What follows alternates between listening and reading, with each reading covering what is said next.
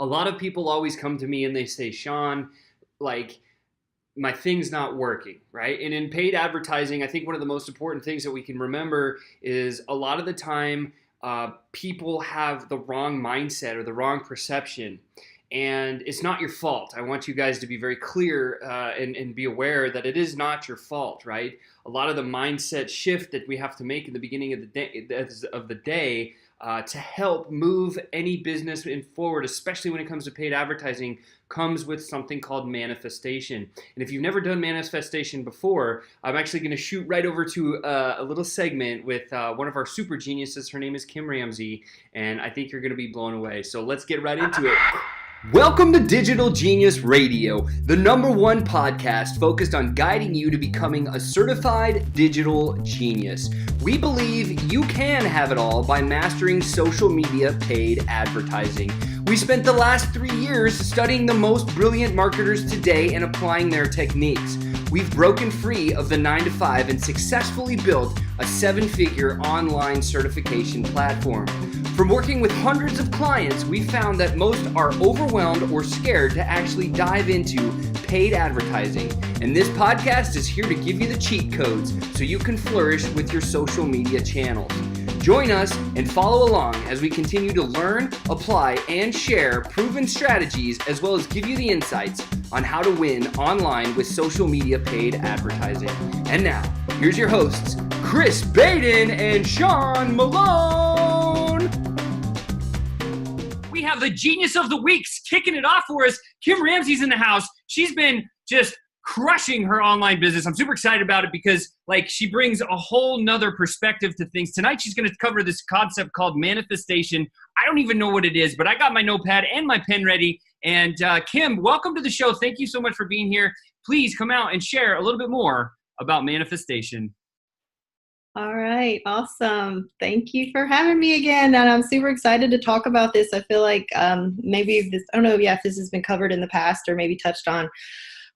But I guess before I dive into what manifestation is and all that, just a little bit about my background. I am definitely someone who is more analytical. When I first heard about manifestation, this is coming to you from a previous skeptic. Okay, so I'm going to kind of give you guys a 101, maybe a little bit more of the science behind it, so you can kind of see what my thinking was when I first saw this.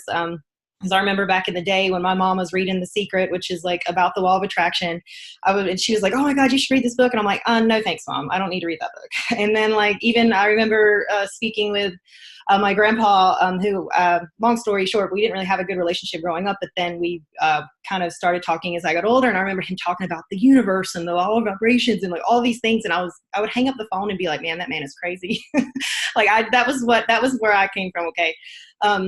But anyways, I was someone who I believed what I saw. I was, super analytical. But so this is going to be, if you're anything like I was, you may think that this is all kind of crazy, but hear me out, okay? I think you really have nothing to lose by having an open mind, okay? So that being said, this is going to be a little 101 manifestation, I guess, on how it works. But first, what is it, right? The manifestation is the phenomenon that occurs when something that started as a thought or part of your imagination becomes actualized in your physical reality. Okay, I want to repeat that again. The phenomenon that occurs when something that started as a thought or part of your imagination becomes actualized in your physical reality. Now you're already thinking, "Gosh, she's crazy," right? But no, the thing is, it's not as simple as closing your eyes and imagining a purple tree or something and opening your eyes and seeing it. There's a lot more that goes into it. And it actually involves activating your subconscious mind and taking inspired action. I want to talk a little bit more about what those are. And so I guess here's a little, again, explanation for all you fellow, I guess, skeptics or, analytics out there. But the difference between your conscious mind and your subconscious mind, right? The conscious mind is where we process our information, problem solve, overthink, worry, that logic and reasoning of what you want and why you want it, right? But the subconscious mind is the non-analytical part. And it's the part of the brain that's fully developed when you're born. Actually, it's based on instinct, kind of survival and feelings. Okay. Very impressionable, doesn't really think, doesn't know what's right, what's wrong, true, false, whatever.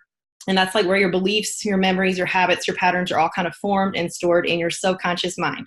So you have the conscious mind, the logic and reasoning, the subconscious mind, which is those feelings and that instinct. Okay. And so, yeah, when we're born, our subconscious mind is in control. You can think of like little babies, when they're pooping their diaper, they cry, or like they're hungry, they cry. Like they aren't really thinking like I'm hungry. They feel they're hungry, they cry, and so it's like as you're, a kid and you're getting older, you have those imaginations and kind of absorbing everything. But like the older you get, eventually your subconscious mind takes over. It starts to develop and it eventually takes over.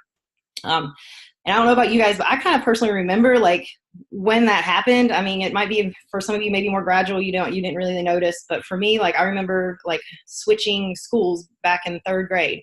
Before switching schools, I was like super outgoing. I didn't care what other kids thought. And then like moving to this new school, it was just like something shifted. And I was like, all of a sudden my analytical brain took over and I was like, oh my God, what if these kids don't like me? And I just started worrying about what they thought. I became more introverted, I feel like, through that event. But anyways, at some point your subconscious mind is going to take over. But the thing is, even though it thinks it's in control, it's really not. The subconscious mind is really in control, and it's responsible for 95% of your reality. So you can think of it like an iceberg. The tip of the berg is your conscious mind, but everything else is controlled by your subconscious mind. So if you're thinking something consciously that doesn't line up with your subconscious mind, it doesn't matter how much you think, because 95% of your reality is going to come from your subconscious mind. Okay. And I don't know, I'm going to mention someone that I saw on the impact theory, and I read his book. His name is Dr. Joe Dispenza. If you want to like read more into detail about some of this, like, and he talks about like, when you have a memory and kind of how it works in the body, but when you have your memories and then it produces hormones and then these feelings and your body doesn't really know the difference between the past and the present. So like your body kind of takes over and it becomes a bit of a cycle. I don't want to go into too much detail there. I feel like that's why I wanted to mention the guy, Dr. Joe Dispenza, has a book called, what was it called? Breaking the Habit of Being Yourself, I think. But anyways, I thought it was very interesting just to kind of read a little bit more about like the scientific side of it and just like how your body works and functions and like, why you need to reprogram your subconscious mind, because otherwise your reality will always be a product of your environment or your past. Okay. So that's kind of just like a breakdown of like subconscious versus conscious. And so then I want to talk a little bit about like, what does this have to do with manifestation then? Well, before I get into that, I want to talk a little bit more, I guess, woo-woo, if you want to call it that, some of the universal laws, like from The Secret, the law of attraction, law of vibration, all of that stuff. First one I want to talk about that I've learned about is the law of oneness. And it's pretty much that we are all one with each other. We are all one with, you can call it the universe, the source energy, the higher source, God, whatever you want to call it. Like we are all one, we are all connected.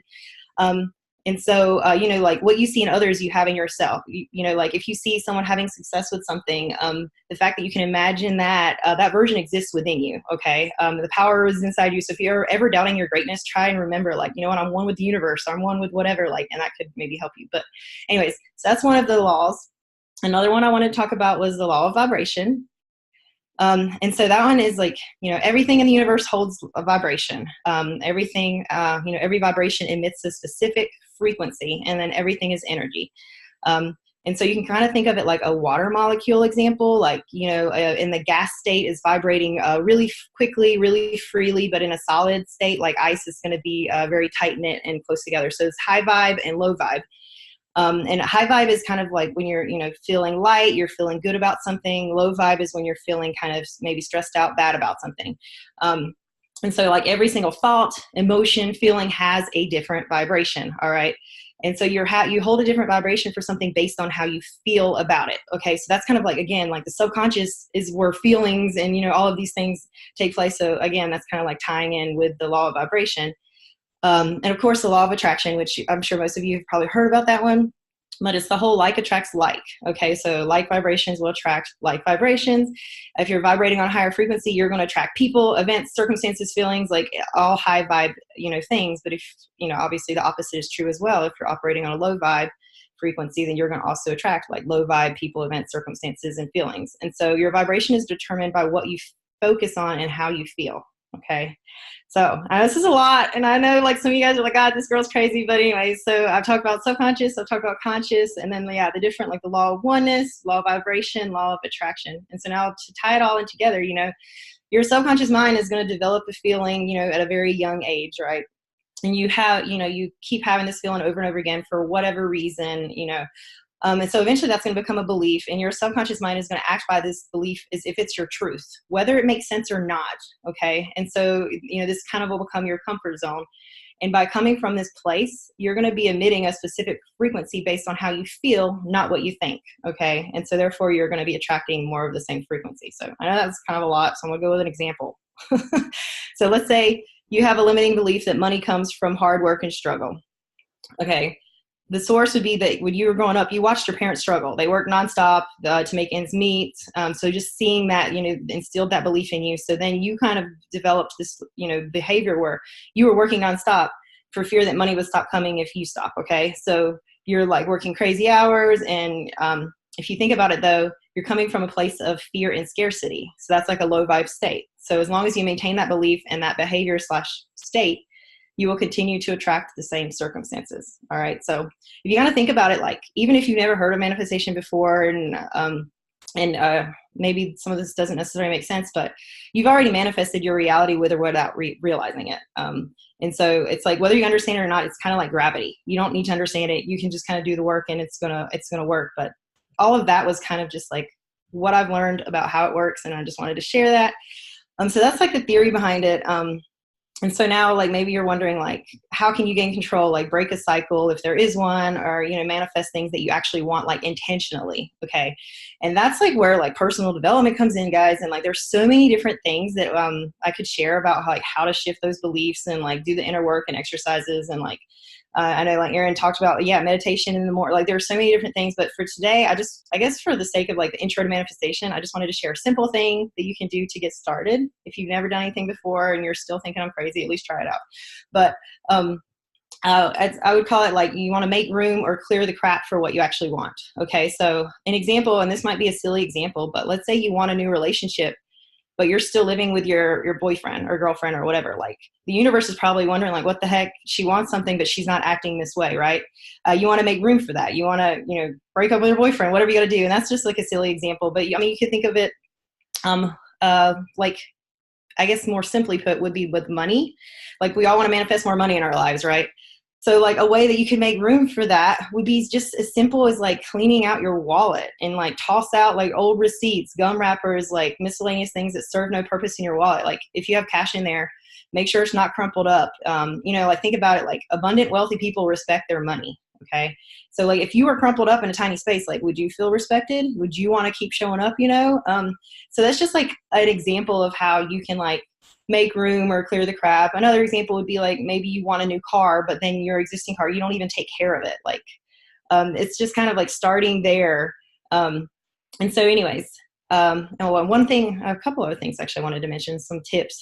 But another thing you could do as far as like clearing or making room for more money in your life, in your wallet, like I said, clean out your wallet, but you can even put your bills in there where the largest bill is seen first.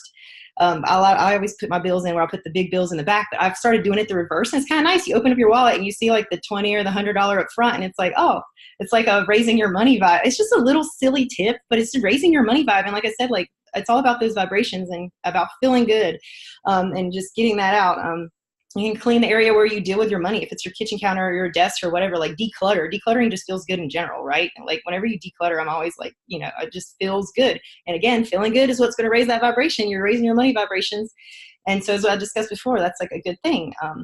Another little thing is just pay attention to what you find. Like, last time I did this exercise, I actually found like, I don't know if any of you guys have heard of OTF. It's like a Orange Theory Fitness like workout class, but I had like this OTF strap, heart rate monitor strap. I could not find it. I hadn't used it in years. I'm like, where the heck is this thing? And I was looking everywhere for it. And then I did this exercise, and then bam, it was right in front of my face the whole freaking time. And it was just kind of funny, like how you start decluttering and then you find these little things. I was about to go spend money to buy a new one, and then bam, there it was, and I was doing this decluttering of my wallet exercise. It's just like little things like that. Like, you can call it a coincidence if you want. I like to think of it as a synchronicity. And it's kind of like, I guess when Ritz was saying he always sees that number all the time, 117, like, I've started noticing numbers and stuff too. And it's almost just like these little signs that I'm like, okay, I think I'm on the right track. And yeah, maybe this sounds crazy, but there is a quote I wanted to leave you guys with. I'd rather be really weird and really rich than really cool and really broke, right?